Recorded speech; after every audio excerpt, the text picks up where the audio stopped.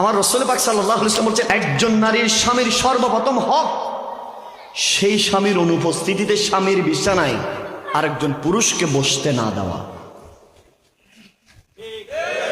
স্বামীর বিছানায় আরেকজন পর পুরুষ, বালেক পুরুষ, ইভেন আপন ভাই হলেও, কি আপন ভাই হলেও পর পুরুষ বালেক পুরুষকে বসতে দেওয়া যাবে।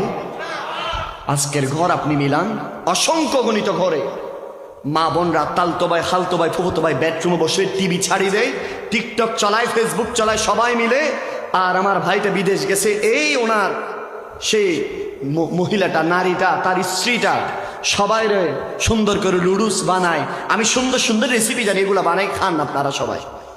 একে স্বামীর হক আদায় করছে নাকি হরণ করছে? এবার বলেন, এই ঘর থেকে কি গৌসে পাকের আশিক বের হবে? এই ঘর থেকে কি শাহিনশাহ শ্রীকুটের গোলাম বের হবে? সে ঘর থেকে কি নামাজি বের হবে? সে ঘর থেকে কি আল্লাহওয়ালা বের হবে? সে ঘর থেকে ওই সন্তান বের হবে যে সন্তান মাকে জবে করে দিবে। ঠিক কিনা বলেন? যে সন্তান বাবাকে জবে করে দিবে।